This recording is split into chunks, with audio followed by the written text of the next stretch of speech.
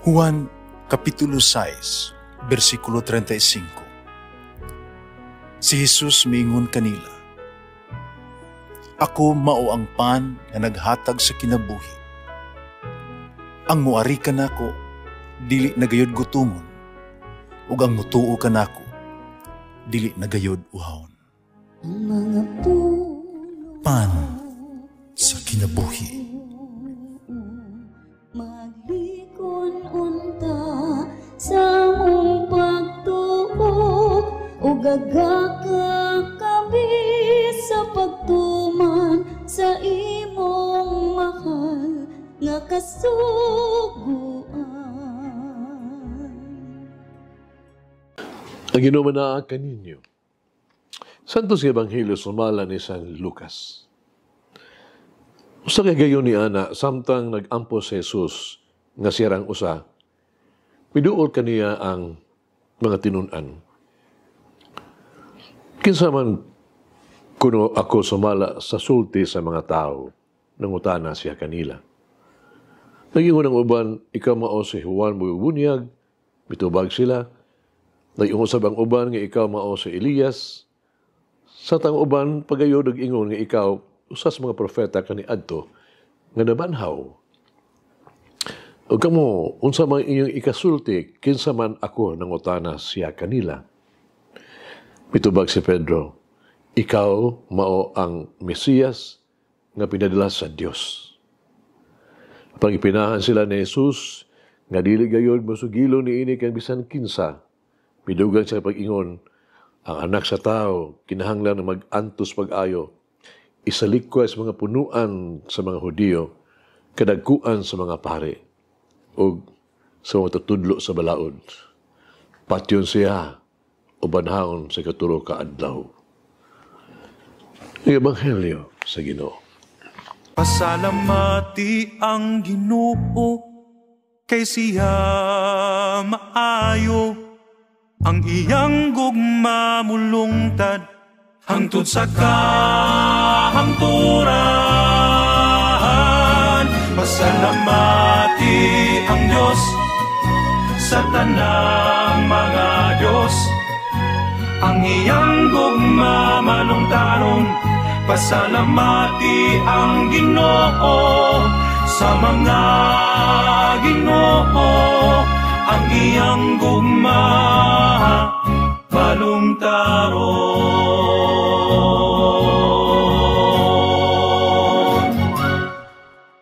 Atong ipuntoy nga to ang pamalandong karon sa pangutanan ni Jesus ug sa tubag ni Pedro. Si Pedro miangkon, umidawat nga si Jesus mo ang gisaan nga Mesiyas. Siya miingon, ang Mesiyas sa Dios. Kini mo ang pagmatuod sa Dios nga Amahan. Kang Jesus, sa dihang sa Jesus, gibunyagan ni Juan dito sa suba sa Jordan. Mausab kini ang pagpahibalo sa Dios sa Amahan ni Jesus, panahon sa Transfiguration sa bukid sa Tabor. Wala isulti ni Pedro dinhi ang gusto niya nga dungog ni Jesus. Gisubli lang niya ang gisulti sa uban. Si Pedro wala sa maglitok o bisan unsa aron lang pagpahimuot ni Jesus. Ang gisulti ni Pedro maong iyang personal nga konviksyon, iyang personal nga pagkadiskubre sa kagulingon ni Jesus. Gisulti niya ang iyang nasinati uban ni Jesus. Siya misulti dili lang sa iyang ulo, kundi dili sa iyang kasing-kasing. Karon sama kang Pedro, dili kita magdula og mga pulong. Dili ta mag-imbento og mga pulong para lang sa pagpahimuot sa tuang mga higala, papakailap kita og mga papasakit o mga negatibo, mga pulong batok na atong dili nato gusto. Kinahanglan dili kita mogamit og mga pulong alang lamang sa pagpahimuot kanila bisan kini dili tinuod o bakak. Kinahanglan matinud-anon sa tuang mga pulong. Kung si Jesus nangutana kanimo, kinsa man ako sumala sa sulti sa mga tao, sa mga imong tubag. Ipangayo ni Jesus kanato ang personal nga hukom. Mahimong nabalo kita sa ato ang teolohiya, sa mga katekismo bahin ni Jesus. Mahimo na itong masag-o na ito ang tanang yung mga pag-ampo, mga pagtulunan sa simbahan. Mahimo na itong ihatag ang tanan ng mga pagtulunan sa ito ang Kristohano pagtuo ilista ang tanang mga sugo.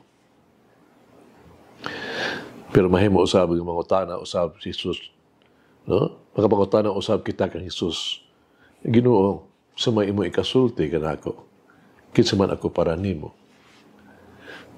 Ang tubag sa Mesiyas sa Dios. Siya ang Mesiyas sa Diyos. Nagpasabot nga dinihugan sa iya sa Dios, si Kristo. Kinuusa nga pagdawat sa gisaad nga mangluluwas.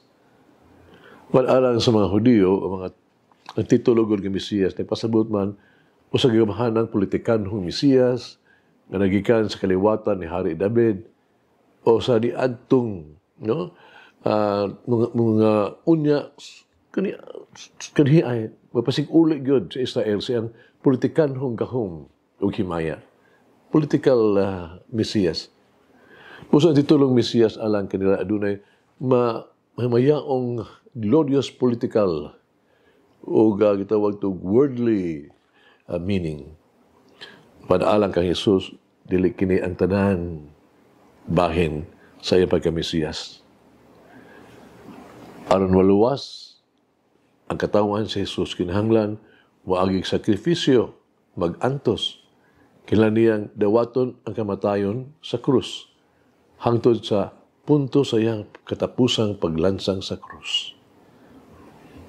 Si Jesus mo ang Mesiyas, apan dili ang political nga Mesiyas sama sa gilantaw nila ni Jesus. Busa gibadlong sila ni Jesus, gimanduan sila nga dili isulti kini kang bisan kinsa. Oo, si Jesus mo ang ato ang mangluluwas. Apan ang dalan sa kaluwasan mao ang iyang dalan, nga mao ang dalan sa krus. Busa kabataan ng babae, kung nagdamgo, kung siya nagdamgo nga si Jesus, nag-isulti ka niya. May ito siya sa iyang kura, paroko, isultihan niya sa iyang damgo. Ang kura paroko, nagduha-duha. Matanong lalaki, matanong babae, may insister, aron lang sulayan ang babae, ang kura paroko, may sugyot kaniya, nga pangutanon si Jesus bahin sa iyang, niagi bang kagahapon yung mga kasalanan. May sugot ang babae. May balik siya sa simbahan ni anang pagkasunod adlaw o siya nagkikita sa pare o misulti kaniya nga si Jesus napakita mag-usap kaniya diha sa iyang damgo. Gina siya sa pare. Kiputa na ba nimo si Jesus bahay sa ko ang mga sala kaniadto? Ba't ang babae mitubag? Oo. Positibo. Yang pare maingon, unsang ako ang niagi mga sala. Di ay. Batan ang babae mitubag nga si Jesus maingon kaniya kuno. Sa diha nga ako pasaylo na sa mga sala, ako na silang tanang gikalimtan. Mahagit kinabuhi, kinsa si Jesus para nako. Unsa may ako ikasulti sa bahin o sa ubang kahin kaniya. Kinsa man ako kang Jesus. Kasi ako hunang-huna nga iyang isulti bahin kanako. Nagampo kita. Minahal nga Ginoo Jesus, hinigugma maluyon nga Dios. Mangluluwas, ikaw nga ako ang kinabuhig, ako ang gugma. Ikaw nga ako ang paglaong, akong tabang. Ikaw akong kusog, ako ang dalangpanan. Ikaw nga akong kahupayan. Minahal na Ginoong Jesus, ako imong alagad. Ako mo ang imuhang trabahante, no? O katabang. Ako mo ang imuhang sumusunod na tinunan. Imo ako sa bugos o sa hingpit. Amen.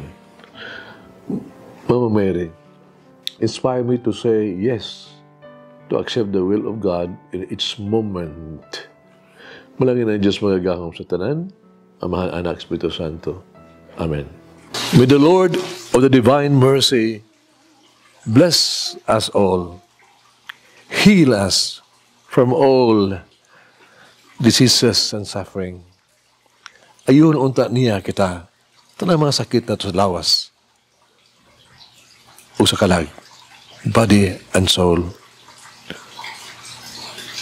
In the name of the Father, the Son, and of the Holy Spirit. Jesus, I trust in you.